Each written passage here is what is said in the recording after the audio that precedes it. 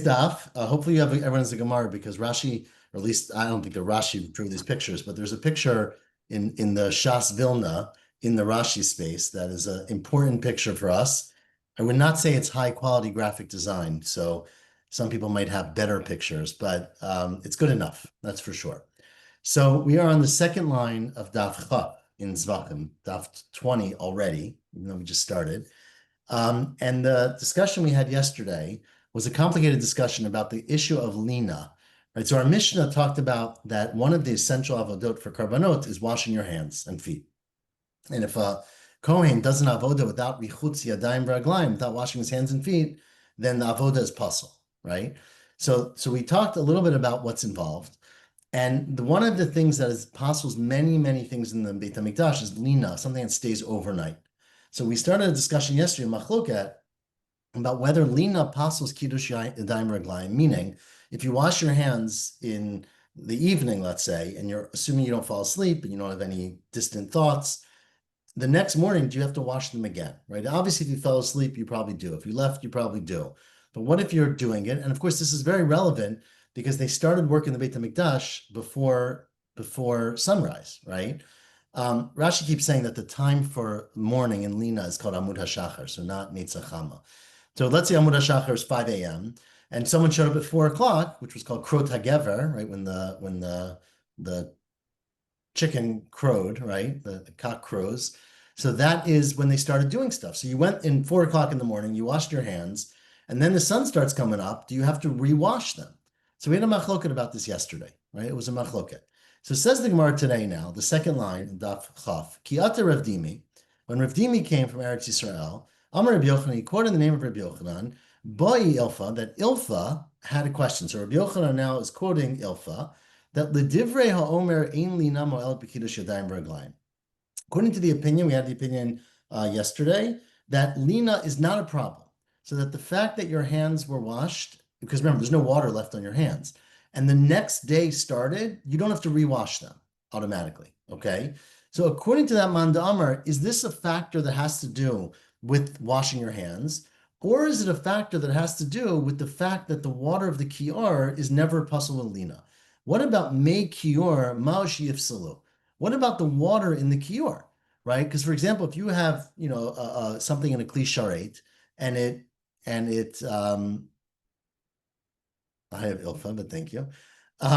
You have water in the kli sharet, then and it stays overnight, it becomes pasul. But what about the water within the kior? So according to the Mandamar, we're at the fifth line now of Daf Chaf, according to the Mandamar who we quoted yesterday, who says that washing your hands does not require you to wash them again the next day. So lina is not an issue when you wash your hands. Is lina an issue for the water in the kior? What about the water in the kior? Now you're of course going to wonder, well, let's read the inside. Mi amrina, do you say, fifth line from the top, Hani lemai, what's the purpose of the water in the kior? It's the kiddush yadayim v'raglayim. It's to wash your hands and your feet.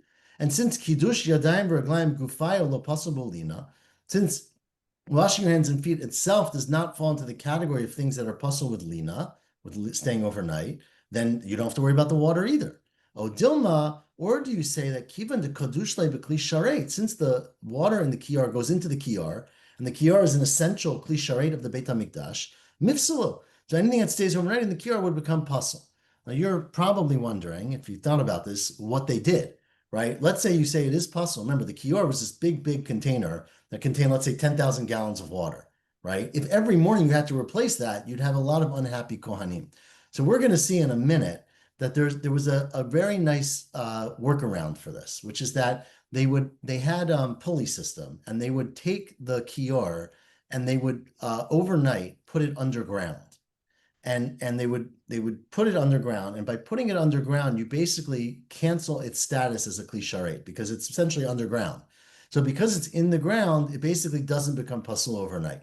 So they had a system where they did that. But let's say you didn't do that. Let's say you forgot to do that one night. So what's the halacha? So that was the question that they asked from Ilfa, and there was no answer in this story. But the next story, last narrow line, is Kiyata Ravin. When Ravin came down from Eretz Yisrael to Bavel, he quoted Reb Yirmiyah as saying in the name of Reb Ami, in the name of Reb Yochanan, that Hadar Pashut Ilfa, that Ilfa resolved the question. Ilfa had this question, what's the story with the water of the kior? And he answered it for himself, just like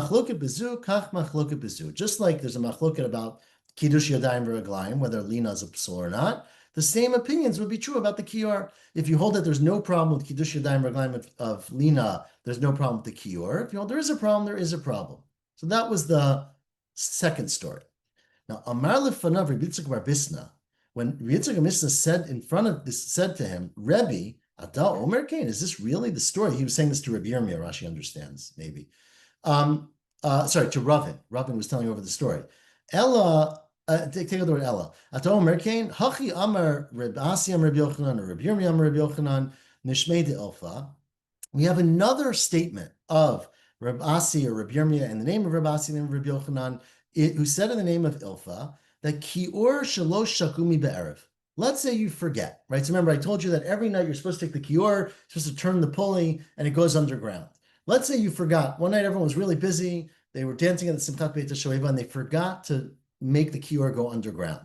So says Ilfa, mikadesh mimenu la'avodat laila. You can use the water of the kior at night to do avodat laila, right? Let's say you show up at midnight to burn things on the mizbeach, and usually there's no kior at night. But if, say, the kior was around, you can use the water from the kior for avodat laila. Ulemachar eno mikadesh, and the next day you don't have to do kiddush. Now we don't know what that means. You don't have to do kiddush because although you spent overnight, it's not a psul. Or you don't have to do kiddush because meaning the water of the kior is not good enough for kiddush, right?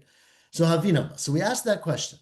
When we say lemachar eno mikadesh, does that mean that the next day you don't do kiddush? Meaning, and the next day means when the morning comes, right? So at 5 a.m. Is that the lo tzarich the kiddush? Is that you don't need to do kiddush the next morning because since you did kiddush at midnight and you didn't fall asleep in between, the next morning you don't have to do kiddush yadayim reglaim again, even though it's a new day, which is the opinion that lina does not passel. Odilma, or else maybe what he was saying was that if sulabelina, that the water of the kior became passel with lina. You forgot to put the kior underground. You used it at night, but next morning you can't use that kior until they empty it out and refill it, right? So don't do kiddush because it doesn't work. And velo pashat lamar. And we don't have a resolution. So in this telling, Ilfa had a question about this and did not resolve it. And you just told me that Ilfa did resolve it. Umar kapashat le mifshet. And you resolved it. So we don't really know what exactly happened. We really have three stories of Ilfa. In the first, he asked a question. In the second, we quoted him as saying he resolved the question. And then we had a third story where he didn't know the answer. And so we sort of leave this issue a little bit confused. We don't know if the kior is a problem. Now, says the Gemara, maybe I can prove it from a Tosefta, a Braita in Yuma. It gets us to Yom Kippur. So everyone's fresh from Yom Kippur. So remember, the machloket yesterday, the Tanaim, I'll just give you the names again. The Tanaims that we talked about yesterday was Rebbe, right? Rebbe said, Lina mo'elet b'kiddush yadayim reglayim, meaning if you wash your hands at 4 a.m. and then the sun rises at 5 a.m., again, it's not sun rising, but alot hashachar, you have to wash your hands again because Lina pasoled it and you got to do it again. And then the machloket was Rabbi Shimon, Rabbi Elazar, Rabbi Shimon. Right? Rabbi Elazar, Rabbi Shimon argued on him. He was another Tana in Rebbe's generation. And he said that Lina is not a problem with Kiddush Yadayim B'Raglayim. So that's the Tanaim. Now we have a Braita in Yuma, which is a very interesting Braita. Tashma. Says the Braita, we're at the 6th wide line. Ben Katin. Now, there used to be a backup, right? Remember, the Mishnah in Yuma teaches that there were 12 people who were needed to bring the Karban Olah of the Tamid, right, in the morning. So 12 Kohanim had to line up. Now, each one had to wash their hands and their feet. So it took a few minutes, and everyone was getting impatient, like when you wait to wash your hands, for a Motzaei. So Ben Katin came up with a great solution. He was Asash Masar Dad the Kior. He made 12 spigots on the Kior. So the Kior is a big thing. You go around and you have 12 openings for people to wash their hands. Great idea. The second thing that Ben Katin did was Apu Asa Muchani LeKior. He made this muchani. I don't know how to translate muchani in English. We translate as a mechanism or as how do they translate it? A machine, basically, that like a pulley, right?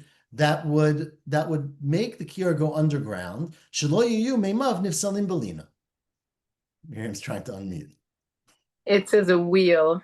Okay, wheel. Fine, it's a good word. So he made this wheel, but this pulley system, so the kior, which weighed, I don't know, 1,000 pounds because it was full of water or more, you could put it underground overnight. so that it wasn't possible lina. So clearly, this Tana holds that if you didn't put the kior underground, it would become possible lina, right?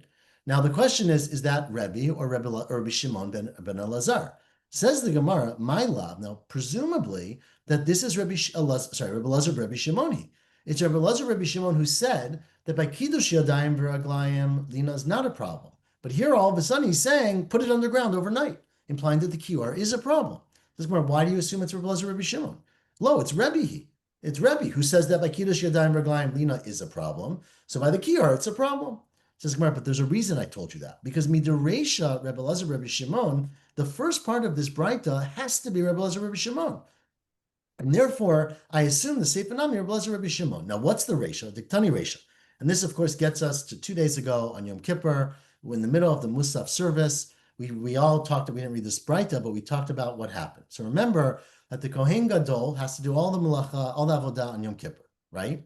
And one of the avodot that he brought was paro, right? He brought a par for himself that he did vidoy on for himself and then for his family, all the kohanim, etc. Says the Braita, Balo etzel paro. The Kohen Gadol at this stage in the avodah goes to his par.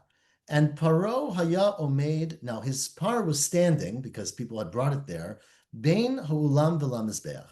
It was standing between the ulam, which is the entryway to the Kodesh, and the Mizbeach. And if you look at the picture in Rashi, it's a very, very, I would say simplified picture because it's not to scale in any way.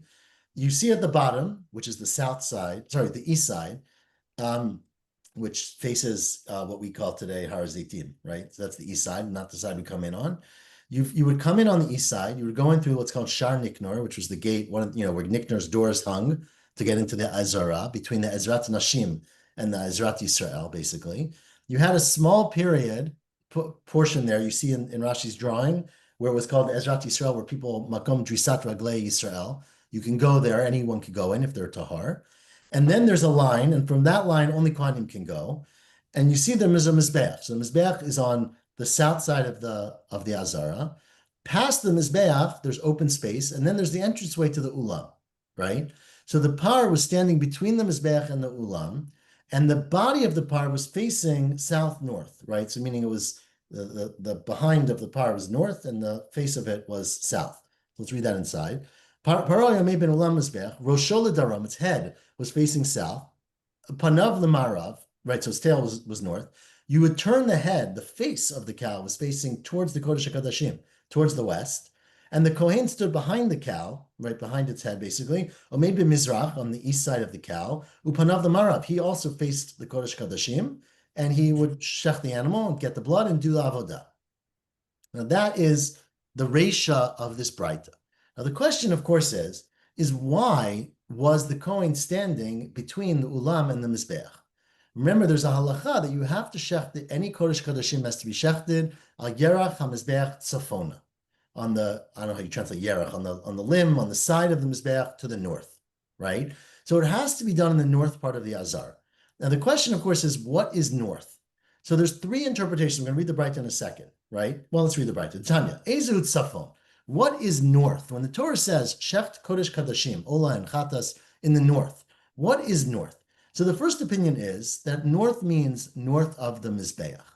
So meaning standing between the ulam and the mizbeach would not be north, right? Because you have to be directly, in our picture in Rashi, to the right of the mizbeach.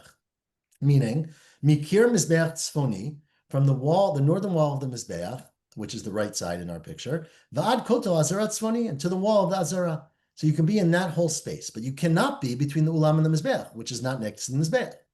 Ukenega kol mizbeach kol tzafon, divrei Rabbi Yossi, Rabbi Yehuda. Okay, that's the Tanakh, Rabbi Yossi, Rabbi Yehuda.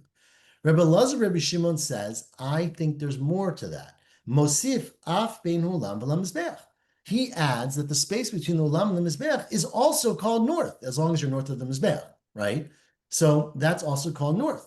And Rebbe was Mosif af makom drisat raglei hakonim and makom drisat raglei Yisrael. Rebbe said, no, the whole space of the azara that's north of the mizbeach, meaning even again in Rashi's picture, what's further down, which is towards the east in the picture, but south in our regular, way. Anyways, let's put down all of that, anything that's north of the mizbeach. So anything that you draw an imaginary line from the mizbeach, and you go to the right of that in this picture, that's considered to be tzafon. Okay. Now, from the fact that, where am I? Aval, let's just add one more detail of the Braita. Min hachalifot v'lifnim hakom modim shepasul. From the chalifot, and the chalifot you could see in the picture, next to the ulam, there were chalifot. Chalifot, Rashi understands that the word chalaf was, I think he says Arabic for a knife. So they would have lockers there where they would put their knives. And so, because obviously your knife was your most precious thing. And so in that space, you're definitely not considered to be tzafon, even though you're north of the Azara, because since you can't see the Mizbeach, because there's the wall of the Ulam blocking you, that's not Yerach HaMizbeach tzafona. But what you see from this Braita is that it's Rabbi Elazar Rabbi Shimon who says that you're allowed to shecht ben Ulam LaMizbeach. So from the fact that the Kohen Gadol on Yom Kippur was standing between Ulam and Mizbeach means it must be that the Braita is taught by Rabbi Elazar Rabbi Shimon. And then the second part of the Braita says that you have to put the kiyur underground overnight. So you see that Rabbi Elazar Rabbi Shimon admits that you have to put the kiyur underground overnight. So let's read that inside. So that's the proof. Says but that's not a great proof because you ignored Rebbe's opinion, right? Rebbe said not only can you shecht it between the Ulam and the Mizbeach, but you can shecht it anywhere in the Azar. So Tizbara, Rabbi Elazar Rabbi Shimoni below Rebbe, Hashta Rebbe, Ad Rabbi Yossi Rabbi Yehuda Mosef. Rebbe is adding to Rabbi Yossi Rabbi Yehuda. He's certainly adding to Rabbi Elazar Rabbi Shimon Lo Mosef, meaning Bitmiya. Of course he is. Says, well, no, that's not the question. The question was Anan Hachi Kamina. This is what we were saying. If the Tana of the Braita is Rebbe, why does the Kohen have to stand between the Ulam and the Mizbeach? Let him stand out where everyone can see him, right? It's a great spectacle. Lukma b'makom trisat raglei kohanim b'makom trisat raglei Yisrael. Let the Kohen Gadol stand back towards the Ezrat Nashim, where the huge crowds can see him. Why does he specifically stand in the space between the Ulam and the Mizbeach? So it must be the fact that he's standing there, it's going like Rabbi Elazar Rabbi Shimon. That doesn't make any sense either. Elamai Rabbi Elazar Rabbi Shimon, so remember, Rabbi Elazar Rabbi Shimon says you can stand between the Ulam and the Mizbeach, but of course you can also stand next to the Mizbeach. So look when we care Mizbeach Tzafoni Akota Azarat Tzafoni. So there doesn't make any sense, according to either one, why you would specifically stand next between the Ulam and the Mizbeach. Ella says, Gemara, it's not a proof. Because what's the real reason that the Kohen Gadol stood between the Ulam and the Mizbeach? Because remember that the Kohen Gadol was very often an old man, right? And even if he was a young man, you're not eating and drinking. Yom Kippur is very hard. It's a lot of work. You're barefoot on the floor of a cold azar, maybe. And we wanted to minimize the steps for the Kohen Gadol, right? So after he slaughters, he's got to accept the blood and walk into the azara, into the heichal, and put it on the mizbeach. Remember, achad lamata, achad, we could do the song, right? Achad va'achad, etc. So therefore, we wanted him to be close. That was the whole point. So there's no proof from here that it's Rabbi Shimon or it's Rebbe. It's just because of chulsha the Kohen Gadol, because the weakness, because the tiredness, the Kohen Gadol, hachanam mishum chulsha the Kohen Gadol, and so therefore we don't resolve this issue.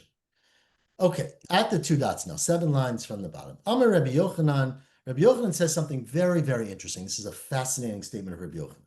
Kiddush yadav v'raglav l'trumat hadeshen. Right? If a person comes, remember that the Trumat HaDeshen was the first avodah of the day that was done before the Ola Shel Boker. They would go to the Mizbeach and they would move aside the coals overnight and they would take off a little bit and then they would pour it in a designated spot on the southeastern corner of the Mizbeach, right? Down towards me in Rashi's picture. Southeastern corner of the Mizbeach, right? So they did that before Alot HaShachar. They did that at 4 a.m. Okay, so if let's say the Kohen comes to do that, says the Braita, says Rabbi Yochanan, Kidesh yadav raglav v'trumat hadeshen, l'machar, the next day meaning 15 minutes later, when the sun starts rising, eino tzarech l'kadesh. You don't have to do Kiddush Yadayim V'Raglayim again. Why? Shekvar Kidesh mitchilat avodah, because you already did it from the beginning of the avodah. This is Rabbi Yochanan's psak. Now ask the Gemara, Kiman, which Tana, remember there's 2 Tanaim, there's Rebbe, who says that overnight apostles it, and you have to do it again. And there's Reb Shimon ben Elazar, who says that overnight's not a problem. So Ila Rebbe, Amar Pasla Belina. Rebbe said it's Pasla Belina, so that can't be going according to Rebbe. Either Rebbe Elazar Rebbe Shimon, I keep saying it backwards, but either Rebbe Elazar Rebbe Shimon, Ha'amar Ein Tzarech L'Kadesh, Afilu Mikanas Arasara Yamim. Remember, Elazar Rebbe Shimon said you even 10 days, which was an exaggeration, but meaning you can wash your hands and feet and keep it that way for days as long as you don't do something to make them tameh. So why do you have to say if you did it for 4 a.m. avoda, it's good for the 4:30 a.m. Right? Why would there be a special exception? Says Abaya, L'olam the Rebbe. really, Rabbi Yochanan's passing like Rebbe. And although Rebbe says Lina is a problem, it's not a real problem. It's not a Doraita problem. It's a Drabanan problem, meaning the Rabbanan made up that Lina should be like Karbanot. And Lina is Drabanan. Umoda, the Mikrota Gever, Tzafra Lepasal Lina. And the Rabbanan admitted that, that small amount of time from when the Tarnagol, the Gever, it's usually what Tarnagol means, the cock crows, and the sun comes up, is 20 minutes, 30 minutes, 45 minutes. That's not considered to be Lina. But so therefore, although it is a problem of Lina, this is one case where there's no problem. So that's Abaya's answer, right? Is it Abaya? Yeah. Rava says, I have another answer. And Rava's answer is again, really brilliant. Lolam Rebbe Lezer Rebbe Shimoni. Really, this bright Rabbi Yochanan is passing like Rebbe Lezer Rebbe Shimon, who says that Lina is not a problem. And according to Rebbe Lezer Rebbe Shimon, you can do Lina, you can do Kiddush Yadayim Gayim on Tuesday, and it could still be good on Thursday. But Rabbi Yochanan said, I like Rebbe Lezer Rebbe Shimon, but I don't like him completely. And he made up a whole brand new opinion that doesn't go like Rebbe. Remember, Rabbi Yochanan's an Amora. He doesn't usually do this, which is why this is very innovative. And he said, I like Rebbe Lezer Rebbe Shimon, but only part of what Rebbe Lezer Rebbe Shimon said. The Roa Ani, where my Roa Rebbe Yochanan, Divarav B'tchilat Avodah, V'lo B'sof Avodah. I agree with Rebbe Lezer Rebbe Shimon, the Tana, in the beginning, meaning if you started the Avodah and the night ended, it's still okay, but not if you finish your Avodah. If you did an Avodah on Tuesday and you come on Wednesday, you got to wash again. So Rabbi Yochanan is inventing a new opinion, which is quite revolutionary in Gemara terms, right? For an Amora, even though Rabbi Yochanan was obviously a great Amora, to do that. But that's what he did. Says the Gemara Meitvei. I got a problem from the following Braita. The Braita says, Ra'u Echava Kohanim Shirad. Let's say the brother Kohanim, meaning the other Kohanim, see the first Kohen walking down from the Mizbeach carrying the ashes. Heim Ratzu, they run. Why are they running? Bo, and they come. Umiyaru b'kitchu yadayim v'ragleim and kiyor. And they come and they wash their hands and feet from the kiyor. Now, the question is, why were they doing that? So Bishlama, turn the page to Daf Chaf Amabet, Bishlama Abaya, the Mukim La Kirebi. According to Abaya, who says that this is going that the earlier Braita was going according to Rebbe, the Psak of Rabbi Yochanan, was going according to Rebbe. Umoda Rebbe the Mikrota Gevrat Safra Lapastalina, right? And Rebbe admits that although Lina apostles the small amount of time from the chicken in the morning to Alot HaShachar is not a psul, Hamani Rebbe. So this is going according to Rebbe, meaning that the Kohen who did the avoda, the Kohen who did the original avoda does not have to wash his hands again, right? Aval, where am I? El the Rava, but according to Rava, the Mukim la Rebbe Lezer Rebbe Shimon, right? Rava said that Rebbe Yochanan's psak was like Rebbe Lezer Rebbe Shimon, but not completely like Rebbe Lezer Rebbe Shimon. But then Aval the Rebbe, but then according to Rebbe, Mikrota Gever at Safra Pastalina. From the Krota Gever, from the time you do Trumat HaDeshen to the time of the Alot HaShachar, because the day started, it would be a psul and you'd have to wash again. So Hamani. So then who's the Tana of this Braita? Rebbe Pastalina. So why doesn't the one who's doing it have to wash again? So why do you have to do it at all? La'olam, it's Rebbe Lezer Rebbe Shimon. You assume that I didn't speak this out. In the Braita, we were talking about the Kohanim who were working all night long, but that's not what the Braita is referring to. It's referring to new Kohanim. These were people who came to start working today. So of course, everyone agrees. If you come today, you got to do Kiddush Yadayim v'Raglaim. So this is not a question of Kohanim who were working all night long and the morning came and they have to do it. It's something about fresh Kohanim. So it's not relevant. Okay, Boila. Now at the two dots on Daf Chaf Amabet. Do we find out why they were running? They were running because there was reason. They wanted to get this thing started. They did a lot of, and also it was cold in the morning, but the main reason was that they really wanted to get a chance to do the avodah. There's a lot of running that we talk about in the Mishnah in Yuma, right? And even on Yom Kippur, again, you always say how your ruts, right? He would run to his par. He would always run to the animals because they were in a hurry, always in a hurry. Now, so the truth is we leave this very unsatisfied and we don't get a solution to whether or not Lina, which remember, Lina is a psul with all karbanot, whether Kiddush Yadayim v'Raglayim is also possible. Lina, it's a machloket Tanaim, and we didn't really resolve it. But says the Gemara, I got a whole other question for you. Iboy, what about Yitzia? What if you go outside of the Beit HaMikdash? right? So remember, if you take a carbon outside the Beit HaMikdash, that's a big no-no. You got to throw that carbon away, right? It's a big, big deal, right? For the right carbon, I mean, Kodesh Kodashim, for example. But let's say a Kohen walks out of the Azara and he comes back. Does he have to wash his hands again, right? Mahu. So Mahu should to'il b'kiddush yadayim v'raglayim. Does he have to repeat? Does that help? Meaning, does it make it that he has to now wash his hands again? So, im tim salomer lina lo pasla. Now, even if you are of the opinion of Rabbi Lazar, Rabbi Shimon, that overnight is not a psul, meaning you don't have to wash your hands again, well, that's because of lo parish, because you didn't leave the Beit HaMikdash overnight, right? Ava yitzia de parish, by yitzia, you left the Beit HaMikdash. Maybe we should say, asuchi masach daite, that you took your mind off of what's going on. You left to check your stocks or to, I don't know, get breakfast, and maybe you have to wash again. Odilma, or do you say that, one second, just because you took 5 steps out to check your phone, kivan de biyado lachzar, since you can go right back in and no one's stopping you from going back in, right? Lo masach, you don't take your mind off of it. You know you're on the clock, you're working. You got to step out for a minute to take a drink of water. You run right back in. Who said that would be a hefsek and make you have to do hidush yadayim v'raglayim again? So that's the question. So Tashma, let's try to prove it from the following Braita. The Braita says something very interesting. Let's say you're Kidesh Yadav Raglav, right? Kohen wakes up in the morning, goes to the Beit HaMikdash, he washes his hands and his feet, v'nitzme'u, and then he becomes Tameh, okay? Now, we're going to see, I think we know this already. Yeah, we know this already, that when it says nitzme'u, it does not mean he becomes whole body Tameh, right? Whole body Tameh, it would for sure pass on him, he'd have to leave, etc. But there was a concept of nitzmeu yadayim. If you recall from Shabbos, we learned this, and Psachim, we learned this, that there are certain things that they made exera midrabanan, that they're metamei yadayim. Remember we talked about Sfarim, that were Sifrei Chitzonim, or metamei yadayim. But one of the other things is karbanot that are pasul. So if you touch a tamei karban, you could become tamei. But if you touch a karban that's pigol, let's say, or that's notar, or that's, pasul otherwise, the hands become tamei. It's obviously durabanan. But there's no other time where one part of the body becomes tamei, not the rest. So let's say you washed your hands, you pick up a carbon, and then they say, oh, no, don't touch that carbon, it's pasul. So your hands are then pasul. Says the Braita, or tamei, sorry, matzpilin, you stick your hands in, or maybe you stick your body into a mikvah, we'll see, the ein tzarich likadesh, but you don't have to do kiddush yadayim v'raglayim again, right? Okay, that's the first part of the Braita. It's not relevant for us right now, but remember it because it's going to be relevant later today. But yatsu, says the Braita, if you take your hands outside of the Beit HaMikdash, hariheim b'kedushatan, they remain in their kedusha, implying you don't have to do kiddush yadayim v'raglayim again. So this seems to answer your question. Says in 1 second.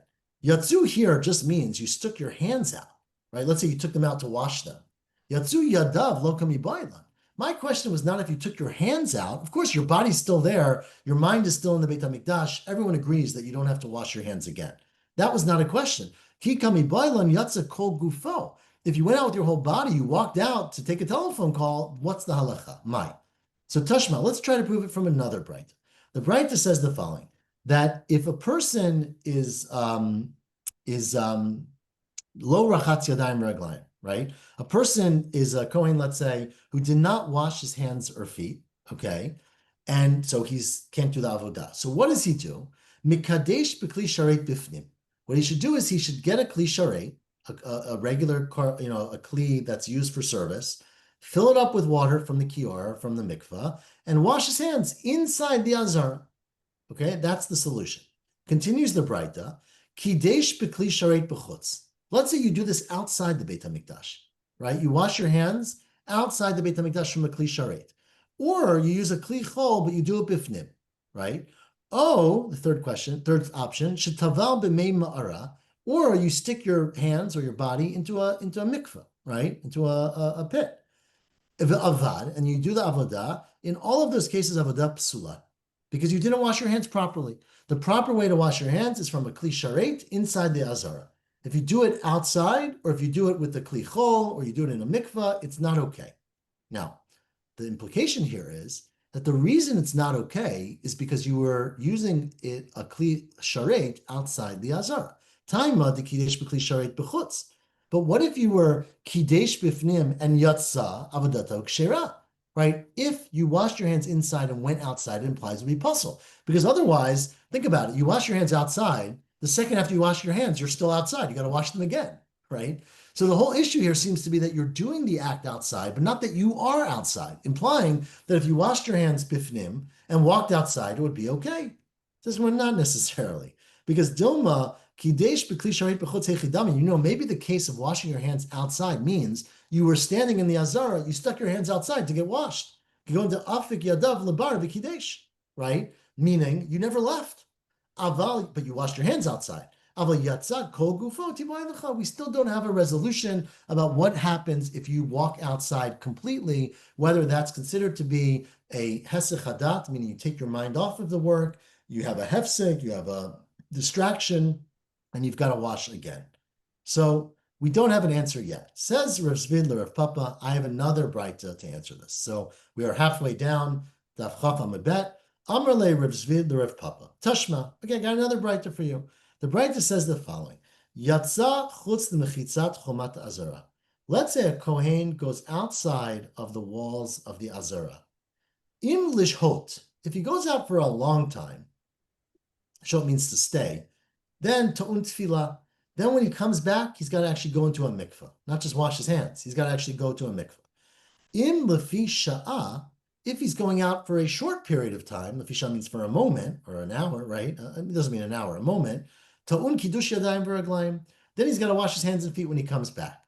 So now, right, what you see very clearly from here, that if you go out and you come back, you got to do kiddush yadayim v'raglayim. So this solves the question, right? This is a resolution.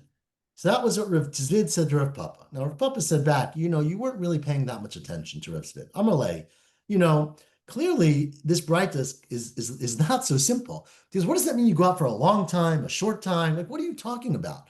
Says Rav Papa to Rav Zvid, you know what this braita is referring to? It's when you went out to go to the bathroom, right? And it's a euphemism. A long time means you went to have a bowel movement. A short time means you went to urinate. Right? And so it's nothing to do with walking outside. I mean, if you went out to use the bathroom, so there, of course, you got to wash your hands, right? Hopefully. So which are the euphemisms, you cover your feet, mean you have a bowel movement, and latil mayim means you put out water, which is urinating. So there it's saying if you go for a long time, meaning a long time in the bathroom, you've got to go to the mikvah. A short time, you got to do wash bichutz yadayim v'raglayim. Of course, this is why there were a lot of mikvaot around the Beit HaMikdash, right? Because every time you went to the bathroom, you had to go in a mikvah. Says Gemara, that's a great explanation, but the Braita says that explicitly. The next words are, or it's another Braita, it says, beferish in a Braita, kol ha-mesich raglav, anyone who uncovers his feet, meaning has a bowel movement, to'un tefillah, he has to go to the mikvah before he comes back into the Beit HaMikdash. V'chol ha-matil mayim to'un kiddush yadayim v'raglayim. That's why you're right. Tani v'adar mefarish. The Braita said it, in a cryptic way, and then it was mefarish, but that's not referring to just walking out. So we still have no resolution. If you just walk outside of the Beit HaMikdash to see, to go to the gallery, to visit your friends who are coming to say hi to you, and you go right back in, do you have to wash your hands again? We don't have an answer. Okay, Tashma, we have one more attempt to prove it, and that is from the Para Aduma. If you recall, the Para Aduma was not done in the Beit HaMikdash, right? Remember, the Para Aduma was done outside the Beit HaMikdash, across the mountain from the Har Bayit. It was not a korban. It was Bedek HaBayit, right? Says the Braita, the Para, when you do the Para, Rabbi Chia Bar Yosef says, Mikadesh b'kli sharet b'fnim b'yatza. If you're the Kohen doing the Para, go to the Beit HaMikdash, go to the Kior, wash your hands and feet, and then go outside to the mountain to do the Para Aduma, right? And Rabbi Yochanan says, no. There's no need to go inside because it's not korban. Afilo b'chutz, you can even wash your hands outside, meaning where you do the paraduma. Afilo b'kli chol, you don't need a kli sharet, you can use any cup. Afilo b'mekidesh acheres, it can be cheres, which is not very respectful, even pottery. So what do you see from here, right? That it's not a problem to wash your hands and walk outside, right? Because if you wash your hands and it says go inside and wash your hands and then go out and do it. If going out means you have to do it again, then it's an endless loop, right? Every time you walk out, you got to go back in. Every time and so what's the point? It must be that walking out does not postulate. So according to the first opinion, it's worth going in and doing Kiddush Yadayim v'Raglayim. Says her papa, no, you can't prove anything from para aduma. Shani para is different because it's not a korban. Everything about a para was done outside the Beit HaMikdash. Lo pasla bal yitzia. So there's no psul of walking out. So then why'd you do it? Why did you walk inside to do it to begin with? Says, well, that's because remember by para aduma, we have this 100 times. We're going to keep having it and having it. We try to do it ke'ein avodat pnim, right? We mimic. The para aduma is not a korban. It's not kache kacha, right? It's not kache mizbeach, sorry. It's kache berek habayit. But we try to mimic as much as possible doing it the way we do a korban. And so that's why Rabbi Chia Bar Yosef says you should do Kiddush Yadayim Reglaim and then walk outside. But it's not real Kiddush Yadayim Reglaim. It's sort of make-believe. So it's not a proof. So that is the last question. And we really don't resolve the question about whether Yitzia is a psul of Kiddush Yadayim Reglaim. But before we get to some resolution, which we will a little bit tomorrow, we have one more question for today, which is, what about Tum'ah? Iboilu.